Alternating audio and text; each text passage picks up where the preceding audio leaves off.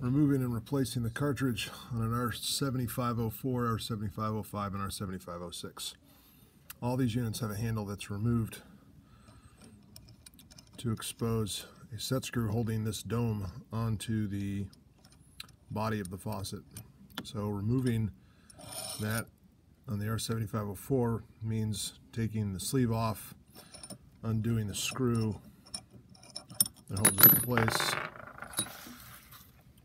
exposing that.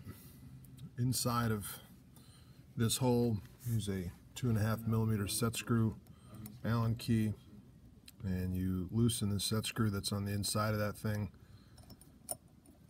to the point where this should slide right off. Right, but at least it's still polished. Exposing the cartridge. This external ring screws off like so. Exposing the cartridge and the nut. Using a crescent wrench or some channel locks, get a grip on this nut, and once you get it loose enough, you can hand remove this guy. And once that is completely unthreaded, the cartridge will come out with it. On the inside of the body, you'll see 3 holes, two large circles and 1 small circle. This oval opening lines up with a small circle, and these 2 holes up here align with the 2 circles up here and here. You'll notice in this unit the black O-rings that come with the cartridge are already inside of the body of the faucet, whereas this O-ring fits snug inside of this groove inside of the cartridge. When you have the new cartridge, make sure your O-rings are lined up correctly and inside the hole.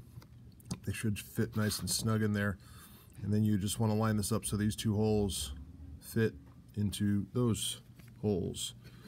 The best way to test this is to just kind of rotate the cartridge. If you've got them in the holes, then the white portion will spin, but the green portion will sit still. Once you've got that in place, then you return the finished collar onto the outside of it. Oops, excuse me.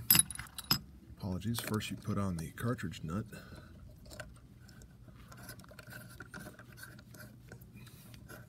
Get that hand tight, and then use your crescent wrench or your channel locks just to give it an extra little tightness.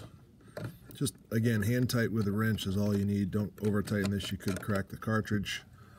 Once that stops, then you can put your decorative ring on the outside of this using the threads on the outside of that cartridge nut to screw that into place.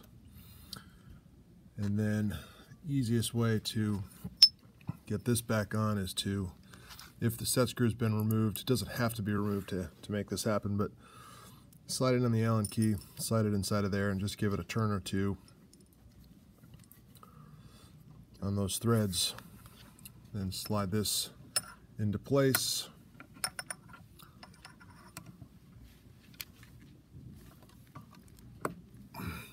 And then tighten down your set screw. Again, just finger tight.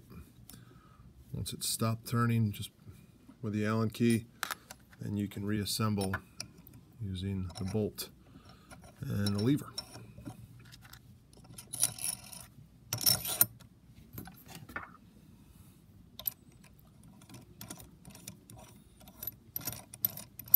Tighten down the nut on the top.